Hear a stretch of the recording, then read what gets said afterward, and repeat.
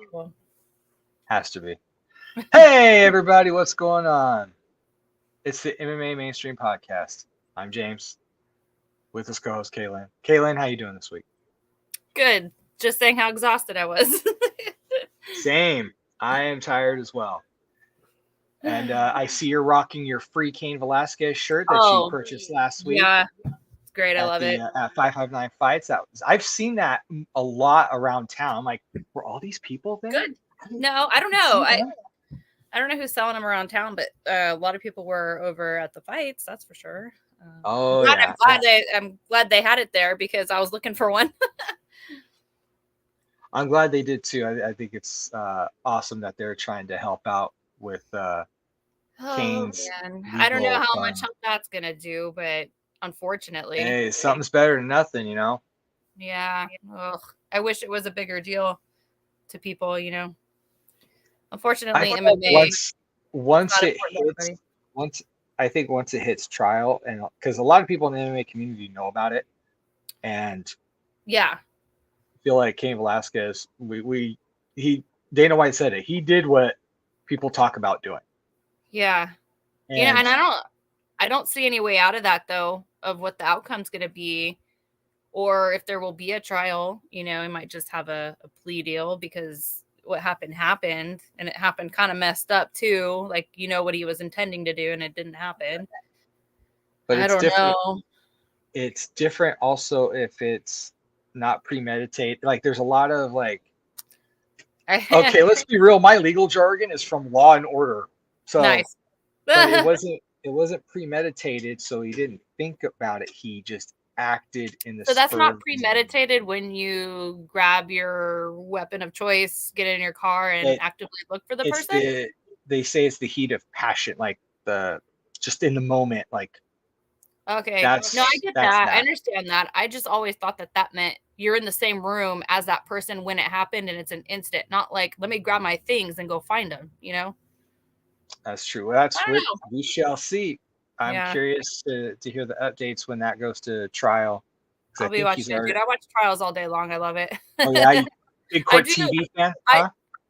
No, Court TV. There's a few others, but like it's so interesting because it's real life and it's like a real movie. That's cool. True. It's somebody that we have watched and been fans of. So this is. Yeah. I hope it's televised. This is very interesting. It should be. Should be. It's not federal, right? A case like this. No, regardless, a case like this. No, it would be. Or at least have consistent media coverage. Yeah. I don't know, man. It sucks because you kind of already know what the outcome's going to be. I just wonder what would have an impact on what they give them. True. Very true. Tom Owens commented. He's a fan of the show and in the podcast family. He says, "You stud and studette." Hey, I'm telling you, man, I tried to get Archie to change it to the Two Hot Blondes podcast, but he wasn't on that. I like that one. It just didn't work out that way. Thanks, Tom. Appreciate it, man. All right, let's go ahead and get into the thick of things. We have a UFC fight coming up this weekend. We're not going to do really fight picks. We're pseudo fight picks. We're not going to go through the whole main card. We're just going to talk about the fights that we are interested in. Gunnar Nelson looks like he's coming back after, from what I understand, quite the hiatus. Well, I think he had a hiatus and then he came back and then he hadn't really fought recently and now he's back again.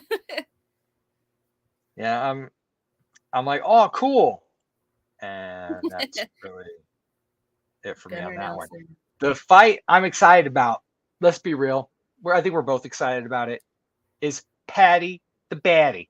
Yep. That I'm dude, such a fan already. Man, Ron Weasley, that's a badass dude now. Good for him. He grew up. I wonder if he fought all the kids at Hogwarts. To me, that's what he looks like. He looks like one of the Weasleys. Come on now.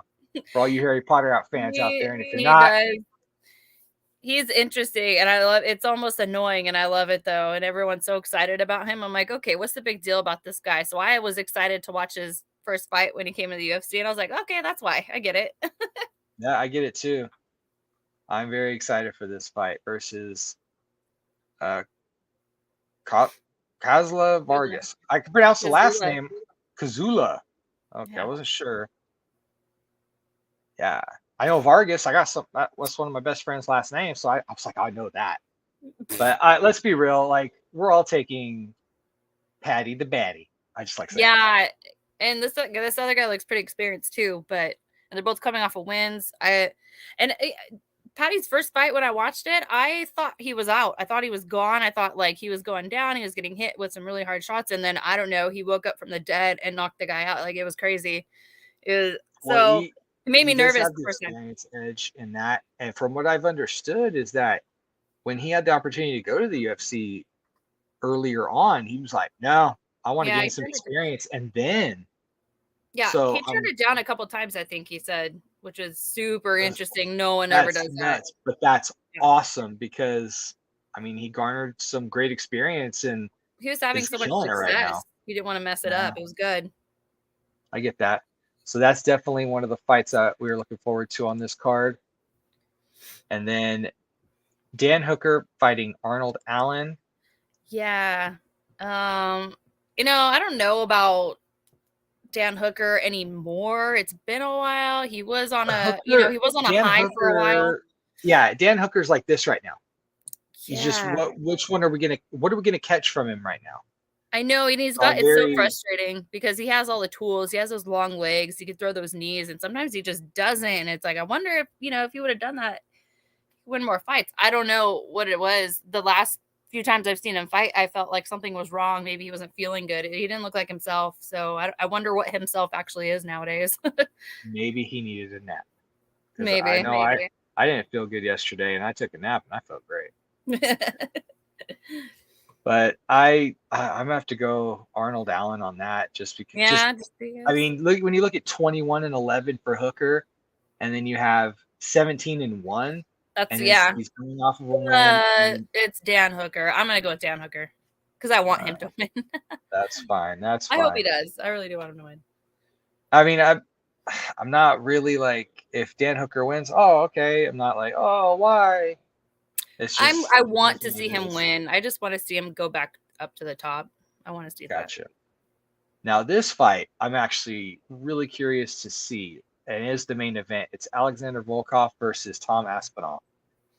Espinal seems like the up-and-comer of the division. The dude, but he's really good. That's why. I mean, that's who I'm picking. Like, let's be real. Yeah, I'm picking Espinal. But I'll go with him also. Volkov has been a little disappointing to me lately. His last and Espinal, every time he goes out there, he performs. He does it. Yeah, he does. He's crazy. I like it. So yeah, I'll pick Tom Espinal as well. For those are what we're doing. Our pseudo fight picks that are going to be for this card that's coming up this weekend in the UFC at 1 London, p.m. I believe. Actually, in the middle of the day. Well, that says 1 p.m. Is that our time 1 p.m. or is that over there 1 p.m.? It's got to be over here 1 p.m. because they're probably doing it at night over there, right? Probably. Right. Yeah. So it's across the pond this time. We are very curious to see the outcome, and we'll probably be able to, because we're over here in the States, we'll be able to see it early, and that should be awesome. You can check it out on ESPN Plus because it's a fight night, not a pay-per-view. So you don't have to pay an additional $80. I don't know. Arm or a leg. It's so stupid now, but that's personal opinion. Yeah. No wonder the Pirates are like, yeah, good job. Keep it up. Man, and my streams suck too whenever I try to stream it. It's so frustrating. Yeah, it's bad. It's bad. We need good Pirates out there. We get better. All right, Pirates, you need to work like, on it. Donate some money. I'm like, nah. You're all, ooh, about that. No. No, hard pass. Mm-hmm. All right, continuing with UFC, we're going to discuss Dana White and his thoughts on. Let me click on it. Right here, Dana White says that Kamaru Usman versus Canelo Alvarez in boxing is silly and won't sell like Mayweather and McGregor, which I completely agree with, because nowhere close to that. Floyd Mayweather is one of the biggest boxers of all time. He is at least in the top 5 of like phenomenal boxers. Yeah, and Conor McGregor ran his mouth so much They both do. That was perfect. That's why you got that. It sold. Yeah, that was a huge selling point for it, because all Conor McGregor does is run his mouth. Conor McGregor and Floyd Mayweather took a lot of their cues from pro wrestling. They just talk smack the whole time. That's just them. Yeah. Yeah, and so that's why it sold so They well. had a whole tour of just them being on stage and talking shit to each other. That was it. It was so annoying, but that's all it really was. So good. It was so good, though. I'm like, what are the creative ways can they talk smack to each other? I look forward to this. I appreciate this. Yeah, but anyway, you got Canelo Alvarez and Kamaru Usman, two very humble guys, so that's not that interesting. Yeah, them running their mouths is not something that would happen. And I like Canelo. Not that great at running his mouth. Canelo's a great boxer. But Usman, yeah, I don't see that either. I completely agree. Usman's a very, very good striker, but putting him in a boxing ring, I don't know. As it's been said for years, apples and oranges. Yeah, it is. I've seen MMA guys spar with boxers, and there's a reason why they don't compete in boxing. Like the boxers just have it's a completely different style. It's a different nuance. They're faster. Yeah, but also, if you remember watching Tyron Woodley try to box, what's his face? One of the Paul brothers. Right? That's who he boxed, right? Yeah. One of them. I forgot which one it was, but he looked like he was ready for an MMA fight. His stance was MMA. Everything was MMA because he is an MMA fighter. So, and we all know what happened to that. But, I don't know. Yeah, it's ridiculous. Like, I know that's kind of the thing right now. It seems to be popular as having that. But when it comes to Usman versus Alvarez, I don't think that's a good matchup. You need something. No one cares. Something more. Precisely. You need something more to promote the fight. That's why Mayweather-McGregor was such a unique situation. And I don't think there's any boxers out there waiting to get a piece of Kamaru Usman, Yeah, I don't even think they care. I can't even name I think everyone and their mom wants a piece of Conor McGregor just because that's who he is. So that's an easier one to sell there. No one really hates Kamaru Usman or Canelo Alvarez. I think that's where you get all that extra viewers, is the hate of wanting to see one of them get knocked out so bad, Very true. I agree. Yeah, the whole thing would lack. So I don't think it would do well. So I agree with Dana White on that. That's got to be a hard pass. Yeah, I don't really care too much. Right. And then we have Thug Rose. It was announced that Thug Rose is going to be defending her title, her strawweight title, against Carla Esparza at UFC 274.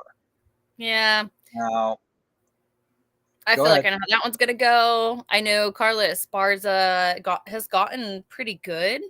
But I think this is the second time that they're fighting, and I think Rose may have lost the first one because it was like right when they got out of the Ultimate Fighter, like right when they first started, and Rose wasn't Rose who she is now. And I mean, Rose beat Joanna twice. Do you really think that Carla Esparza has a chance? Carla Esparza got murdered by Joanna, so I don't see how this fight is going to be a really great one, or evenly matched, or very competitive. But Carla Esparza is the one that deserves a title shot right now. I agree that she deserves a title shot. Yeah. I think her wrestling is going to have to be very on par if she wants to do anything to Thug Rose. But Rose has great wrestling right now as well. It's crazy how she evolved. Yeah, but is she where she needs to be against Carla Esparza? She's defensive. She could be defensive. She's not a wrestling star, but she knows how to defend it pretty well. And also her striking. I mean, Carla Esparza is not a striker. Yeah, you're right. I mean, she's not. I'm not saying she's terrible, because she's pretty good. But she's not on the level of Rose's level. Yeah. So I think I know how that one's going to go. I don't know how fast it'll go down, but I'm pretty sure that Esparza is not going to get this one, but she is the rightful competitor to take the spot for the championship. So we'll see how that goes. And then what I'm more curious about is what's after that. What's after her for Rose. True. That would be very interesting to see. Maybe someone's finally earned a chance to and moved up, but I don't know. It seems like the same women consistently because they are the top performers, and there hasn't really been that boost of a new generation yet. Yeah. But then you also have Zhang Weili, who's still in the mix, who is pretty good. And I think I heard Dana White say something about her rematching Joanna because of how good that first fight was, which I would be really excited. I think that's definitely the fight to make in that division right now, because that'd be super exciting, because that other fight was crazy. That was like a fight of the year type of fight there. So I don't know. I'm more excited for that. And then also what happens after that, because you got these like 4 girls that are just going to go around in circles with each other because they've already just a round robin style because they keep fighting each other. No one else seems to really be on their at that level. Yeah, unless some new girl comes out of nowhere. Like I kind of want them to do another Ultimate Fighter. Oh wait, maybe they are, but I know they're doing another female one. I just wonder what weight class it is, because the strawweight would be really interesting to have some new fighters come in the mix, because you might end up with some people that are really good on that level. Because I feel like it's so boring right now. You got a lot of girls in there, and they're good, but they're not.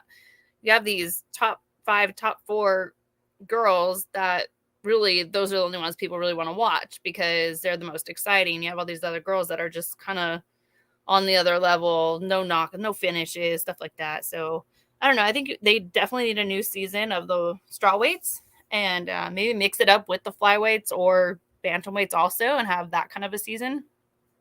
We need some more girls in there, some new faces with some new skill in there, I think. Now, do you think we need another Paige Vanzant where she's really, really pretty and a decent fighter? Ooh. Or do we just need somebody who's just completely badass and wreck shop, like Kayla Harrison, who we'll be talking about later in this episode? Yeah. So Paige Vanzant, I was excited for Paige Vanzant when you didn't know what she could do. And then once, her career kind of dwindled down in the UFC, you're like, okay, like I've seen her fight different kinds of fighters and how she fights. And I was disappointed. I don't want to just talk shit, because a lot of people talk shit on her. Hey, she's doing what she needs to do to get by. So good for her. No, yeah, that's even a whole other conversation. But what I'm saying is that they blew her up so big to be the star, and her skill was kind of there. I think she got a couple finishes that weren't spectacular. I think there was one really crazy one where she had head kicked Beck Rawlings, who, Beck Rawlings, I don't even know if she was ranked for that fight, but I think she was done with UFC right after that. And then even judging that, like, it was cool that she knocked her out with a kick, but it was like a weird foot slap to the face type of thing. It wasn't like a real clean shin to the face. I don't know, but she was on a real high after that. And then after that, it just kind of went down. All the other fights, she just mediocre. Then she wants a BKFC. I really don't want another Paige Vanzant, because I feel like that might be a waste of time. I mean, they're trying to sell on her looks rather than her ability. Okay, but there's so many other girls that can have that. That's what it was. I know. They really tried to market Paige Vanzant. I feel like a new Ultimate Fighter season with girls would take care of that, because then I think you would know. You'd have a complete new group of girls to bring in to the fold. So yeah. I think you're right about that. So no on the new. I don't want another Paige Vanzant, because we don't know how that turned out. I don't want to, I want to see a new champion come up and dominate. That'd be really cool.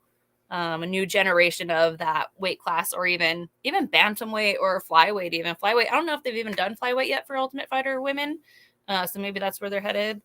I think the coach was Nunes, and who was the other girl? I'm blanking right now.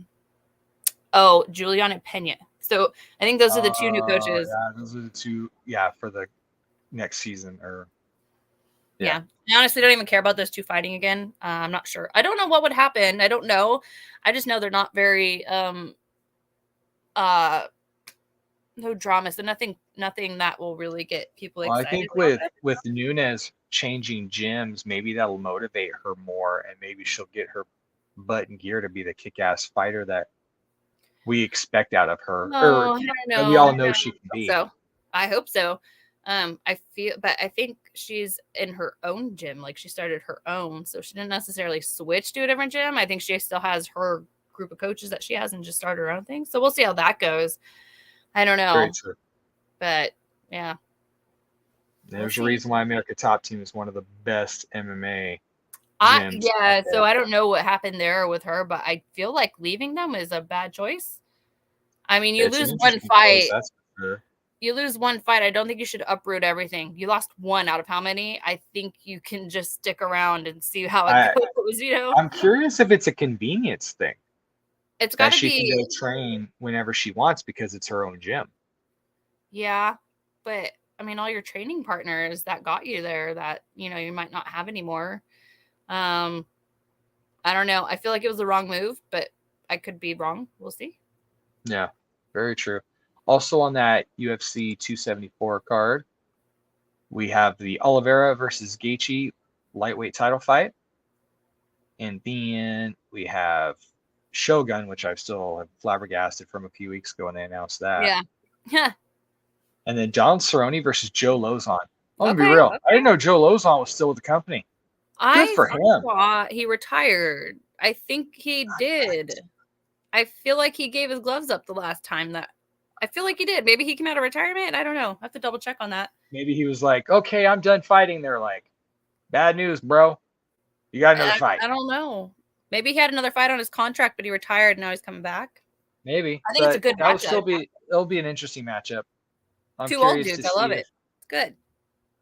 Old dudes fighting is epic. Love it. Well, for those guys that had been around for so long, just like Cerrone and Lozon, I think that's a good match for both of them. I am curious to see if Joe Lozon can get Cerrone to the ground. I don't think it's impossible, but it's how will he do it? I don't know. I think so, but who knows? Very true. Very true. All right. And now, of course, let's talk about a former UFC champion and Henry Cejudo, the dude who was a double champ, and he retired. And there's always been keeps bringing up this discussion of him coming back. Dude, he's been talking about coming back before he retired. It's like, dude, stay gone, man. Like, go do play-by-play. Go get a hobby. Like, man. And it's the funny thing is people talk about him like he's one of these greats. He was a double champ. Good for him. I couldn't tell you any of the greatest fights he's ever had because I could care less. I think his fight with oh man, what's his name? The Demetrius Johnson, when he had his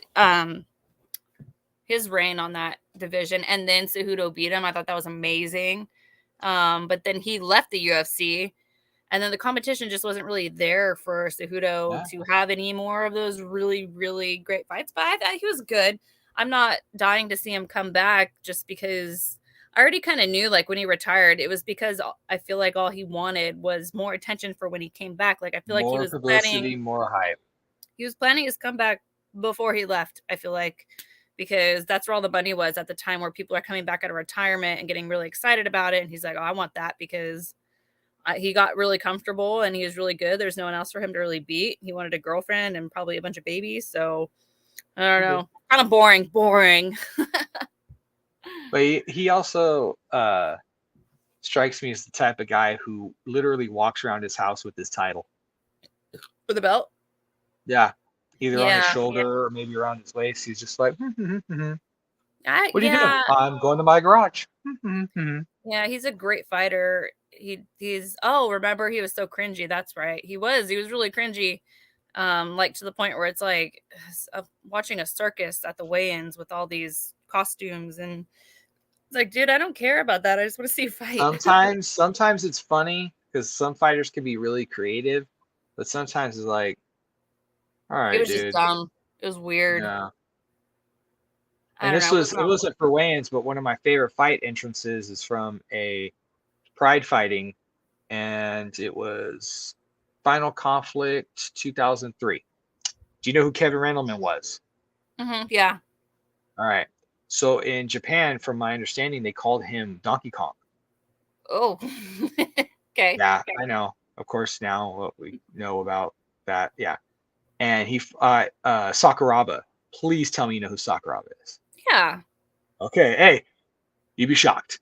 So Oh. Sakuraba came out dressed as Mario. No way. Super Mario. Yeah. Oh, I like dope. that. That is legit one of my favorite entrances of all time. That's great. That's relevance. I like that. Yeah. I don't like this weird, so Henry Cejudo, I think one time, and I didn't watch it because I knew he was going to do something stupid like that. He dressed up as like a magician or something. And then, but the other guy, and I forgot who he was fighting, but the other guy was just like, okay, can we just get on with this? What are you doing? You look stupid. He's like, listen, Harry Potter, let's get this shit over with. Yeah. And then listen, dork. Listening to him on podcasts, like I was listening to the Mike Tyson podcast when he was on there. He went on like Rogan, and his attitude, I'm like, oh, I can't listen to this guy talk anymore. Like, he's a great fighter, but I don't want to listen to him talk anymore. Yeah. No more running your mouth because you're not good at it. I don't know. He talks like, he talks as if people care what his every move is, and they don't. Like, he's great.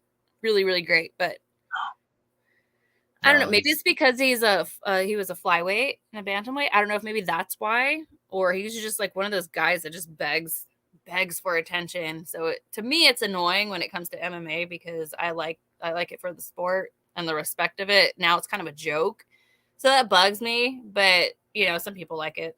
I appreciate the theatrics, but then sometimes there just seems to be a disconnect. At least with him, there's a disconnect between what he's trying to accomplish, and it just comes off stupid rather than clever. It doesn't come off like he probably thought it would. I don't know. He overthought it rather than just make it simple. Yeah. So I automatically don't really care about him, but if he does come back, that might be interesting. I don't know. If he comes back, good for him. Good for him. He probably will. He's just waiting for his moment, I bet. Probably. He's going to wait till he's like really, really old. And he's going to be like, okay, I'm back. Ah. No, but anyway, he was always saying how he wants to come back. But I also did hear him say Dana White's not going to pay him what he wants. So true. He's not. So, hey, he can go to, I don't know. So I don't know if anyone's going to pay him what he feels like he feels he deserves. Yeah. So that will definitely be interesting to see.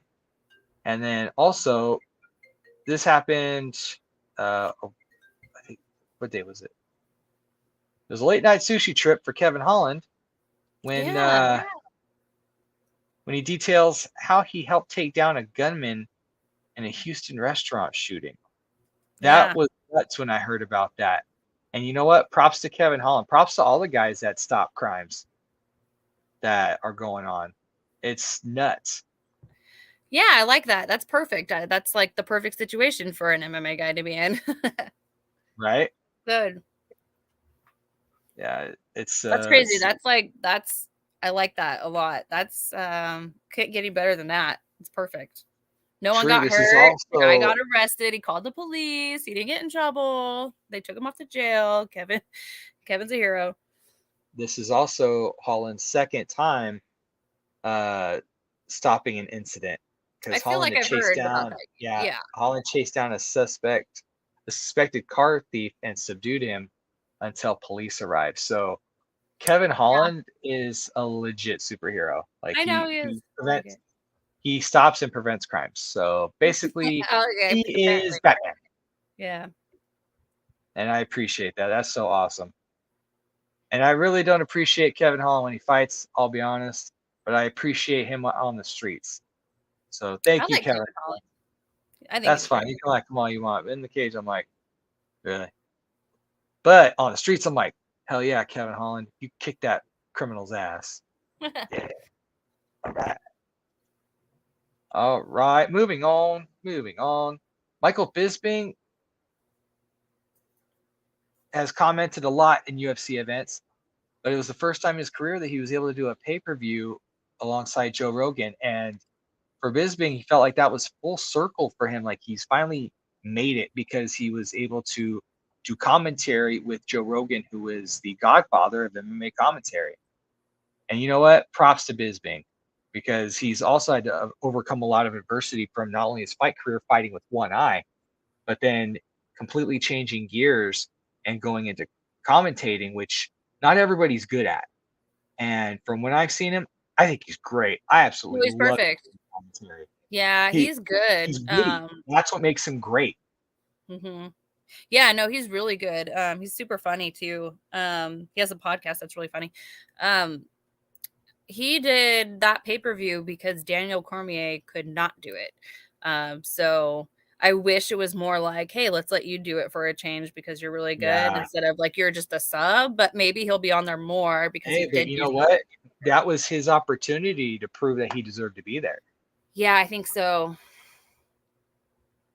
And as we were talking about before we started the show, I wonder, like, you know, he's working with the handicapped because he literally has one eye.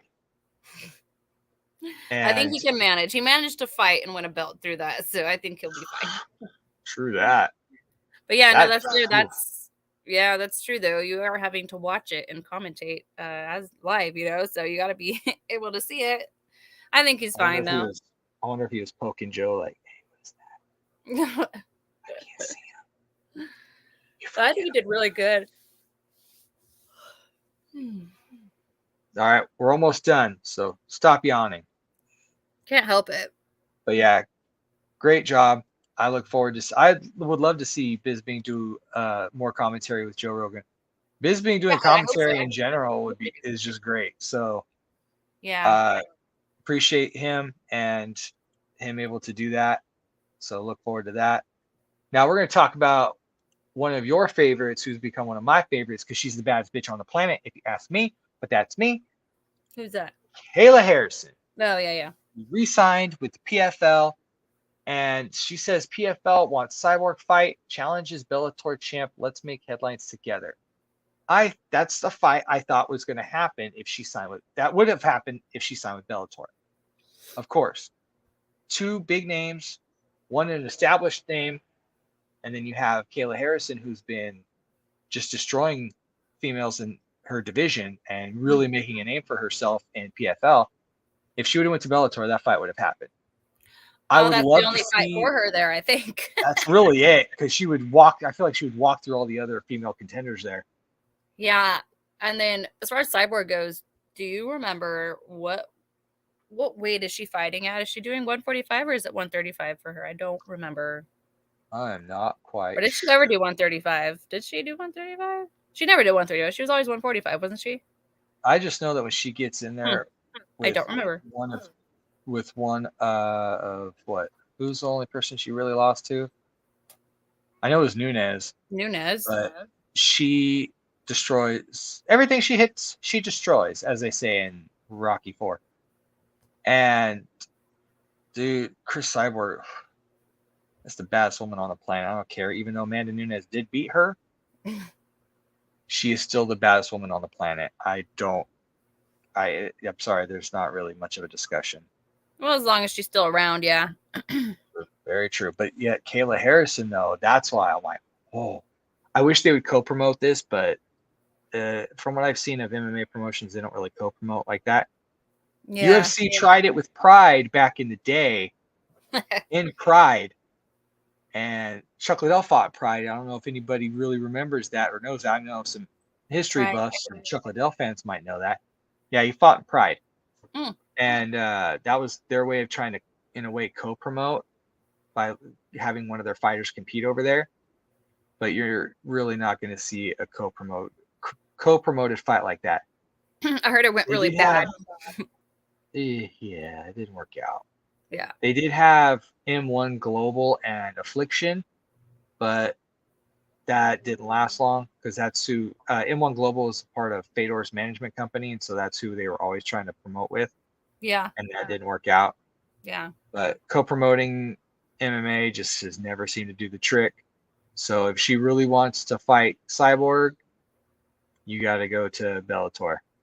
Yeah, probably. But I don't know. I don't know how long her contract is that she just signed. Yeah, same. I wonder if it's either if it would be based on fights which I think it would be because of the volume of fights that they have. So I don't think she'll have a time limit. But also, she's probably getting paid. She's probably getting paid the most you could get paid for a female MMA fighter where she's at. Like, I think it's dumb to go anywhere else. I think more people should go where she's at. Yeah, if they really want to step up their volume of or their competition or who they're competing against, they should really be trying to go get after her. But also, she is that up and comer. She fights at 155 though, so that's super heavy for a female. But I think she could do, of course, 145. But I think she mainly does 155, which not a lot of females do that. So you have Cyborg, who's 145, and I believe she's gone down to 135. I could be wrong. Could be mixing her up with Nunes, but I feel like with a fight like that, that could be a catch weight. They could figure something out to make it work. Or just Cyborg does not have to cut weight, and they could fight. Right? Like, just right here, right now. No weight class. Just do it. Yeah. Don't even need a catch weight. Screw that. All right. So we look forward to hopefully something like that will happen in the future. But as of now, Kayla Harrison is back in the PFL and will be competing once again for them. And so we shall see. Mm-hmm. And lastly, in the world of mixed martial arts, this is a little more on the political side, unfortunately. Scott Coker was hoping to have Fedor's last fight, his retirement fight, in Moscow's Red Square. But now an audible has to be called because of what's going on involving Russia and Ukraine. And that sucks because, I mean, I don't agree with what's going on. I think Russia's being super shisty, so I disagree with that. But it's one guy. Really, it's one guy being anything like that. He kind of ruined the party. Yeah, he did. Unfortunately, and I don't know if you can get rid of him. He's better out for so long. As a Fedor fan, I think that would be the coolest thing for him to fight in Red Square. No one wants to go there at this point, let's be honest. No, with everything going on, I completely get it, why they've shifted gears on that. I understand. I don't think we're even allowed to go there at this point. Probably not. Oh, boy. And if we were smart, we wouldn't. But not now. Not right now, anyway. Thing, yeah. Yeah. And especially because it's also prolonging his final fight. Let's be real, he's at the end of his career. He's been there. He's been at the end of his career. You're right. And now it's just like, of course it's delayed because, you know, everyone's been expecting his last fight for the last, 10 times that he's fought. And so. True. But he's so stoic. You never knew. And I'm not even sure. I was going to say, well, why don't they just have it here? But I don't even know if he can come here either. I don't know what's going on with flights and stuff like that. I don't know. Changes every day. I'm not quite sure. Yeah, it really does. I look forward to his final fight. I've been a fan for years. Seeing him live versus Andre Arlovski. Oh, memories. God, that would have been cool. I think I had the opportunity to go see him live when he was in San Jose. I think everyone has the opportunity to go. I didn't for whatever reason, but yeah, whatever. You know what? I really want. Actually, it was like a few years ago that he fought on my birthday in San Jose. I was like, I want to go, and something happened where I didn't go. But then he also got knocked out in like 10 seconds. So I'm glad I didn't go. But yeah, that's why I'm lucky that I saw him compete against Arlovski because he won. And if he would have lost, I just would have been like, why? Why, God? Yeah. So that is what it is for that. And we finally got to meet each other. That was awesome. The 559 fights. We finally got to meet each other because we started this podcast during the pandemic. And so we had literally never met. Yeah. And we finally got to meet each other and hang out over in Media Row and talk about the fights and what have you. What do you think about those fights? I love 559 fights. I think they put on a great show every time. So I was very happy about the outcome of this fight. The last fight was crazy. I was like, oh God, is the fight gonna break out in the audience? Like, yeah, there's people standing on the tables. I'm like, okay, we'll see what happens. I was like, dude, really? You can't see? Come on. They had to tell people to get off the tables and please don't start a fight. Yeah. Hey guys, we need you to do us a favor and chill out. Thanks. Yeah. No. Yeah, I thought it was a great time. I'll see what happens because the next 559 fights is April 23rd, I believe, and there is kickboxing going on in Bakersfield, which I will probably be working on. So that would be the longest day ever for me. So we shall see what happens. Yeah. Good times. Good times. Are we going to see you step into the ring anytime soon or no? I'm hoping this year, but right now I've been working so hard to get off some weight that I have on.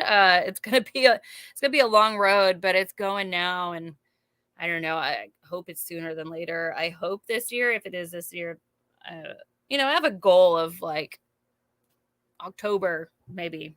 Oh, that'd be September. awesome. I mean, if I can get the weight off, that's my only issue. It's just however long that's going to take. Unfortunately, I feel like it takes me a long time, even though I diet and work out as I should. I don't know. You get older and your body changes, and it's just harder to get some weight off, I guess. Yeah. So we'll see. That is my plan for sure. It's in the process. So I've been spending more time just working out instead of technique, which will be changing. I'll be doing equal both and both. It's just sometimes you have to concentrate on one thing. And I just finished getting out of physical therapy for my back, so I'm good to go now on that. So now I can really push myself like I used to. So we'll see. But yeah, this year, I'm hoping by the end of the year. If not, then man, I don't know. As soon as I can. I always give myself a lot of time ahead of time to actually say, okay, put me in there. I like to be ready before I say something. So right now I know I have to take care of some stuff before I get in there. So yeah. But this year, for sure, we'll see. Time is going by so fast. It's already almost the end of March. That's crazy, but we'll see how fast. We'll see how fast this road goes. So I don't know. All right. Well, when you decide to compete, you let us know so we can talk about it. Sure. We'll bring on your opponent too. That'd trash talk. That'd be funny. That'd be interesting. Yeah. All right. That's going to do it for us here at the MMA Mainstream Podcast. Thank you for joining us, and we'll see you guys next time.